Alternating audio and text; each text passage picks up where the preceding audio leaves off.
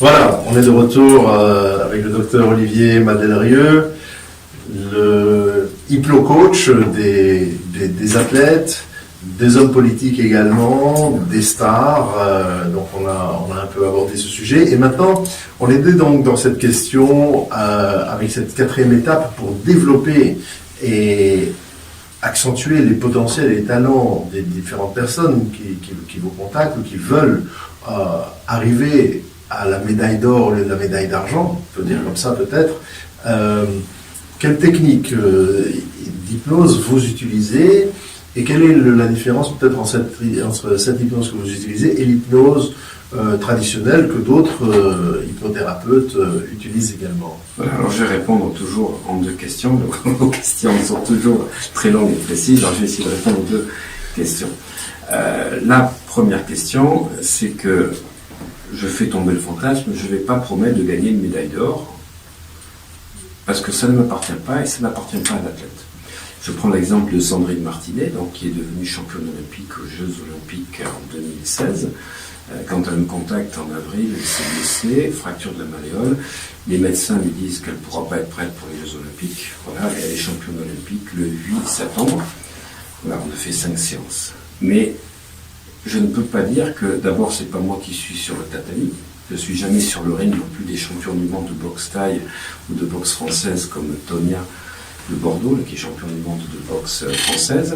C'est-à-dire que je ne vais que libérer le potentiel. Et moi, ce qui m'importe, c'est de donner le meilleur de moi-même, avec tout ce que je connais dans tous les domaines, pour que la personne utilise son potentiel maximum le jour de la compétition. Ouais. Donc Sandrine, je lui ai dit, voilà, le dernier entraînement qu'on a fait 15 jours avant, donc au mois d'août, on était donc au Krebs de Toulouse. Elle me dit, donc on va faire une séance pour que je sois championne olympique le 8 septembre. Je dis, surtout pas. On va travailler pour que tu joues le meilleur judo que tu as jamais fait de ta vie. Parce que si tu joues le meilleur judo, il y a de grandes chances que tu sois sur le podium et certainement médaille d'or, ce qu'elle a été. Et à chaque fois, c'est ce que je fais. C'est-à-dire que je ne suis pas dans la pression du résultat, je fais même une amnésie sur certaines personnes pour qu'ils ne sachent même pas s'ils sont en quart ou en demi-finale. C'est-à-dire qu'ils jouent comme chez des golfeurs, ils ne savent même pas s'ils sont sur le trou 3 ou le trou 17, parce que c'est quand ils commencent à réfléchir que tout se gâte. Donc mon métier, je le conçois premièrement comme limiter le mental, c'est-à-dire que le mental est juste là pour lancer l'action et c'est le subconscient qui doit prendre le relais, et deuxièmement débusquer les croyances. C'est-à-dire que je suis un chasseur de croyances, parce que la vie que l'on vit, c'est nos croyances qui la créent. Que ce soit dans les performances sportives, dans le type de partenaire que nous attirons, la vie amoureuse, la vie financière. J'ai fait un séminaire de 3 jours sur l'abondance financière le week-end dernier. C'est ce que vous croyez sur l'argent, c'est ce que vous croyez sur votre activité qui va générer vos résultats. Vos résultats, c'est vos croyances, que ce soit au niveau financier, au niveau professionnel, au niveau amoureux. Si votre valeur argent est moins importante que la valeur travail, vous travaillerez toute votre vie sans gagner d'argent. Si vous augmentez la valeur argent, vous commencerez à travailler pour gagner de l'argent.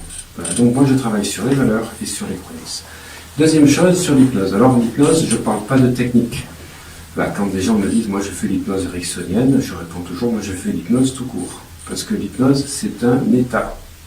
On peut y accéder de plusieurs manières, mais je ne mets pas en opposition, on va dire, hypnose ericksonienne, hypnose classique, comme souvent les gens sont dans la dualité, parce que c'est comme si vous disiez, je joue au coup droit ou je joue au revers, moi je joue au tennis. Donc toutes les techniques existent, mais ma spécialité, c'est l'hypnose profonde.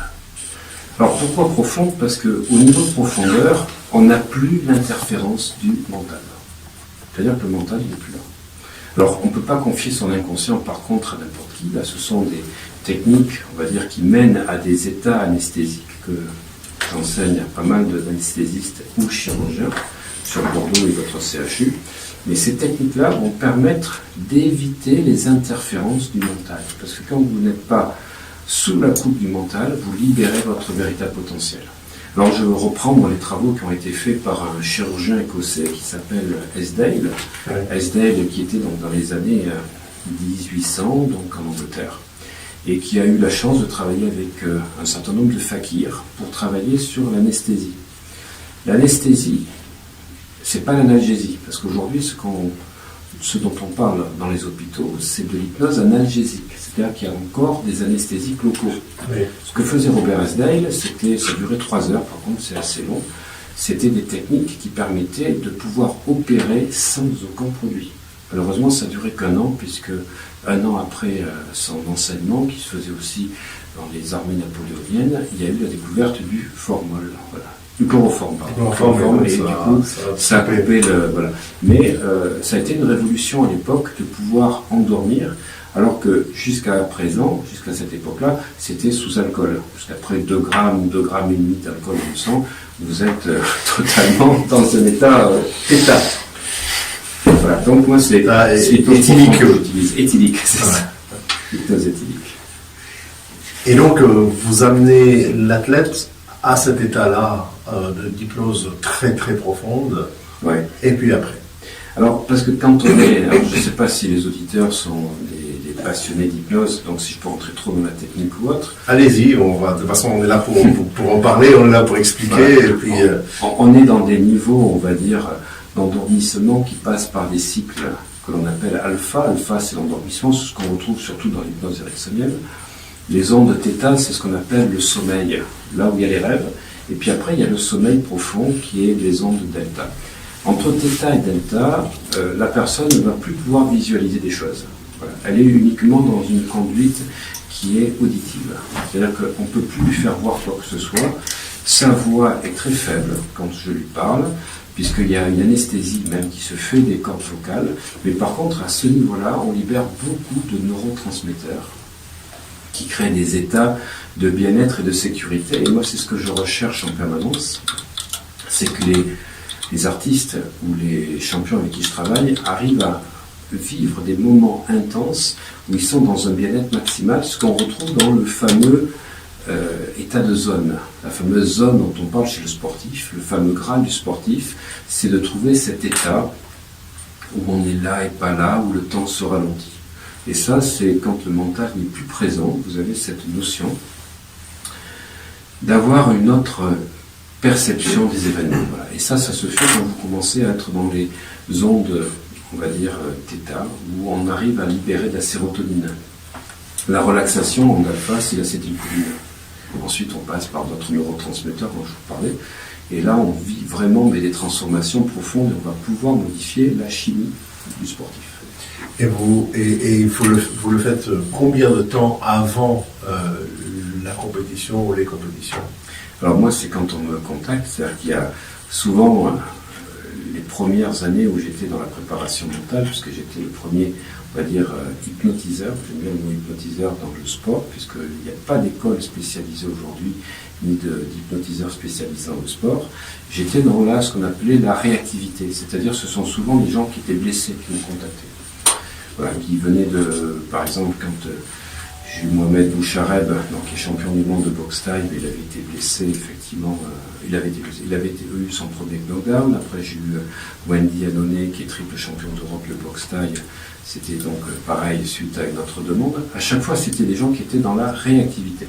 Voilà, maintenant, comme il y a le bouche à oreille qui se fait, et que les différents sports commencent à me connaître, parce que chaque sport est contingenté. Parce que c'est pas parce que vous allez en rugby, où j'ai commencé, que vous venez dans le foot. Il faut ouvrir des portes à chaque fois.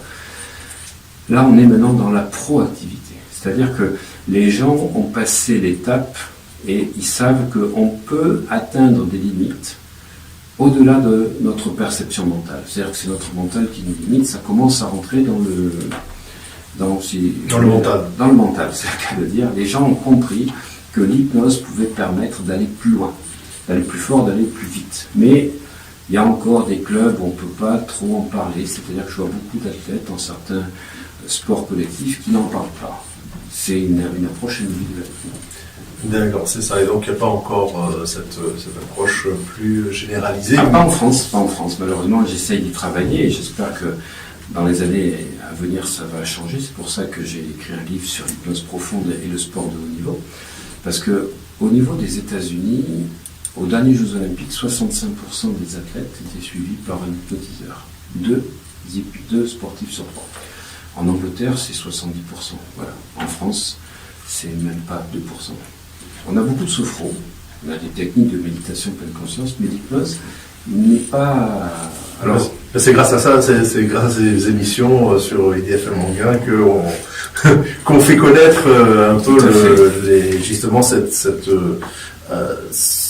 façon d'être, cette façon de se gérer, qui est sans doute naturelle, mais où donc l'hypnotiseur ou l'hypnopraticien va pouvoir aider l'athlète à rentrer dans cet état pour lui faire atteindre. Qu'est-ce que vous lui dites à cet athlète? Moi, je dis rien, c'est-à-dire que c'est toujours pareil, c'est qu'est-ce que la personne a envie d'avoir comme résultat, mais surtout qu'est-ce qu'il croit qu'il est capable de faire ou pas. Toujours pareil. C'est qu'il croit qu'il n'est pas capable.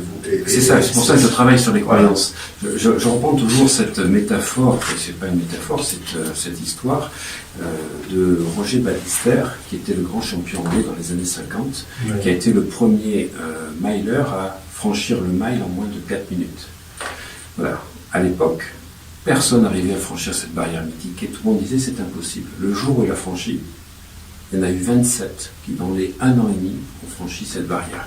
Autrement dit, c'est ce que vous croyez que vous créez. Si vous croyez que vous êtes capable de le faire, vous avez raison. Si vous croyez que vous n'êtes pas capable, vous avez raison aussi. Votre subconscient va vous confirmer en permanence ce que vous croyez. C'est changer la croyance, en fait. Tout à fait. C'est-à-dire que quand la personne me dit, je prends l'exemple de Clément Ménadier, donc, qui est talonneur de l'équipe de Bordeaux-Bègles, là, qui est sur mon site Hypnosport, et j'ai une vidéo sur YouTube. La première fois qu'il me contacte, en 2015, novembre 2015, il me dit, voilà, la problématique qu'il avait, il était 3e ou 4e talonneur de l'équipe de Bordeaux-Bègles. Donc il rentrait pour remplacer ADI, qui était le Fidjien à l'époque. Il rentrait à la 60e minute. Et puis, au mois de février, après avoir fait 4 séances avec lui, il me dit, Olivier, est-ce que tu crois que je peux être international? Je dis, mais moi je crois rien. Est-ce que tu crois que tu peux l'être? Mais Olivier, est-ce que tu crois que je peux être international? Je dis, mais est-ce que tu crois que tu peux l'être? Et lui, il voulait me dire, est-ce que tu crois que l'hypnose peut permettre? Mais l'hypnose, c'est pas tu t'assois 45 minutes, tu te réveilles et tu es champion olympique. L'hypnose, c'est libérer ce que tu crois ou pas. Et je dis, est-ce que tu arrives à voir que tu peux? Il me dit, ok. Est-ce qu'on pourrait faire un travail dessus? On a travaillé sur les croyances. 2 mois après, il était titulaire donc, du poste de talonneur, il n'était plus remplaçant. Et 2 mois après, il était capitaine de l'équipe de Bordeaux-Bègles. Et au mois de juin, il a été resélectionné à la fois l'année dernière, en 2017, et pour la tournée, donc du Japon, de la Nouvelle-Zélande, etc., comme talonneur. Mais moi, je n'ai rien fait. J'ai simplement enlevé les croyances qui l'empêchent de croire qu'il ne peut pas. Moi, je ne sers à rien. Je sers juste à libérer ce que les personnes ne croient pas.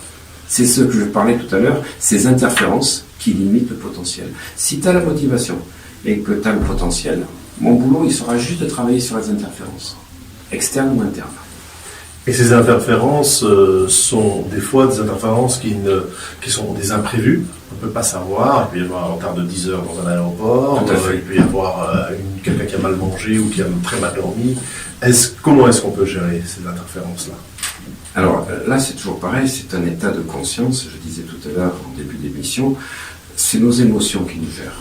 Donc si on élève sa conscience, on est au-dessus de nos émotions. La maîtrise, c'est de gérer nos émotions. Voilà, donc moi ce que j'enseigne dans les différents protocoles que je fais, parce qu'après je donne des choses à suivre et à faire, c'est que la personne puisse à tout moment être au-delà des émotions. Parce que émotion, c'est emotion, c'est-à-dire énergie en mouvement. Donc une énergie positive en mouvement ou une énergie négative. Quand on comprend la puissance des émotions, le matin quand on se lève, c'est de dire quelle est l'émotion que je veux habiter, quelle est celle que j'invite dans mon cerveau.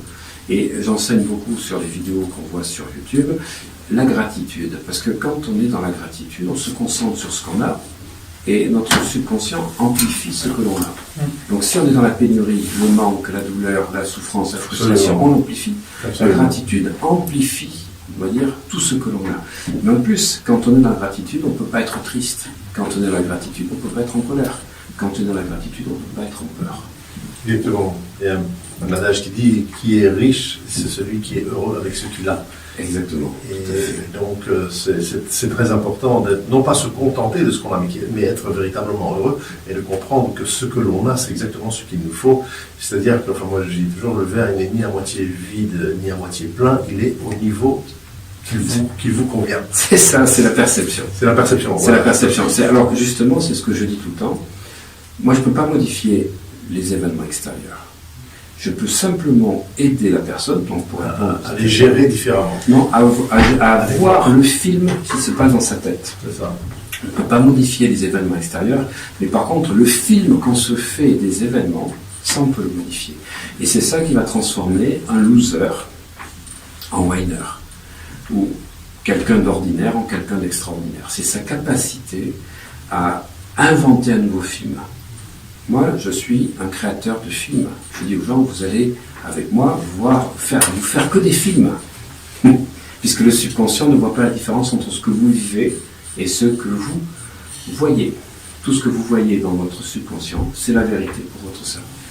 C'est ça. Donc, il faut se monter un film en permanence pour pouvoir vivre une autre vie. Mais tout à fait, c'est là où on porte notre attention. C'est-à-dire que l'attention focalise notre énergie et l'amplifie. Donc est-ce que je regarde mon passé, donc auquel cas je vais toujours amplifier le passé, s'il n'est pas positif, je vais faire que l'amplifier, ou est-ce que je regarde le futur, ou un futur très positif que je vais amplifier par la puissance de la gratitude.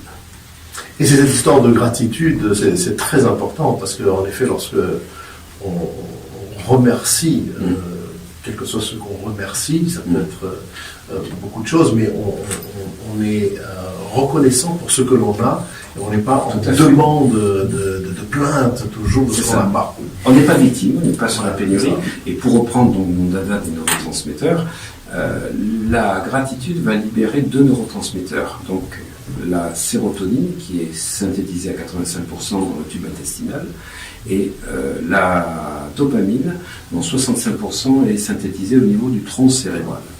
Voilà. Et dernièrement, j'ai découvert, c'était en septembre ou octobre, une nouvelle étude, je ne connaissais pas ce nouveau neurotransmetteur lié à la gratitude, c'est l'ocytocine, qui est l'hormone du bien-être. Autrement dit, la gratitude va nous permettre d'être dans la sérénité, le bien-être et la motivation. Donc, comment booster ces neurotransmetteurs d'être dans la gratitude? C'est extraordinaire. Et il y a ce travail doit être fait, mais pas seulement en hypnose, puisqu'il va être fait également dans la vie de tous les jours, d'être dans cette motion de gratitude également et de positivité. Tout à fait, parce que si on reprend les états modifiés de conscience, dont l'hypnose fait partie, j'enseigne dans les différents séminaires qu'il y a plusieurs façons de modifier son état de conscience. Donc dans les états modifiés de conscience, il y a effectivement ce qu'on appelle la prière. La prière nous met dans des états gamma et alpha au niveau des ondes, mais on a aussi ce qu'on appelle la contemplation. Dans certaines formes de religion, comme l'hindouisme, on va se contempler, on va rentrer dans la divinité, on va créer encore une fois donc une sorte de transe hypnotique. Après, on va parler de la méditation, on va parler de la concentration, on va parler de la visualisation, on va parler d'auto-hypnose. Et puis les 2 autres techniques qui permettent de modifier donc les états de conscience, c'est à la fois la reconnaissance et la gratitude. Et ça, c'est accessible à tout le monde. Les 6 premières demandent un peu d'entraînement, mais les 2 dernières, reconnaissance et gratitude, sont accessibles à tout le monde. Simplement, comme je dis, la seule chose que je ne peux pas faire avec l'hypnose, c'est de prendre la décision à la place de la personne. Je peux faire tout ce que je veux, c'est lui qui finalement, avec son mental, choisit ou pas. C'est ça, très bien. Et donc pour arriver, après, une fois qu'il a suivi ce process, combien de temps ça dure pour lui? Est-ce qu'il faut le mettre en situation, en Alors, séance. C'est l'intérêt de l'hypnose profonde. C'est-à-dire que l'hypnose profonde, contrairement aux états plus légers, hypnoïdes qu'on a dans des hypnoses directes ou ericksoniennes, permet d'y arriver en 1 ou 2 séances. Parce qu'on a des transformations qui se marquent à des niveaux plus profonds. On est toujours dans les émotions, comme j'explique, et dès qu'on n'a plus le filtre du mental, on va plus loin. Par exemple, si je vous demande aux personnes présentes là, sur cette scène, qu'est-ce que vous faisiez le 11 septembre 2001, tout le monde le sait. Si je vous demande qu'est-ce que vous faisiez le 11 septembre 2003, vous ne savez pas. Si je vous demande si vous vous souvenez de votre premier baiser, de votre premier flirt, vous vous en souvenez. On ne se souvient que de ce qui est marquant, positivement ou négativement. Et l'hypnose profonde permet de marquer des choses, d'avoir des ancrages beaucoup plus puissants. On dit que les ondes alpha, c'est 20 fois plus profond que le mental, que les ondes θ, c'est 20 fois plus que l'alpha, donc c'est 400 fois plus que l'état de conscience ordinaire, et les ondes delta, c'est 20 fois plus que θ, donc 400 fois plus qu'alpha, 8000 fois plus. Extraordinaire. Docteur Olivier Madelrieux, malheureusement cette émission arrive à sa fin et je vous remercie vivement d'être venu et de nous avoir éclairé sur ces points. Vous retrouverez d'ailleurs sur votre chaîne YouTube et sur la mienne, celle de l'Ève Hypnose, cette émission-là avec l'Ève qui veut dire le cœur, donc l'hypnose du cœur, et sur YouTube ou sur mon site web lèvehypnose.xyz. Donc vous trouvez ces émissions et tout ce dont on a parlé ici. Merci beaucoup d'avoir été avec nous aujourd'hui. Merci à vous et avec plaisir. Et merci à Julien pour la technique également. Merci beaucoup.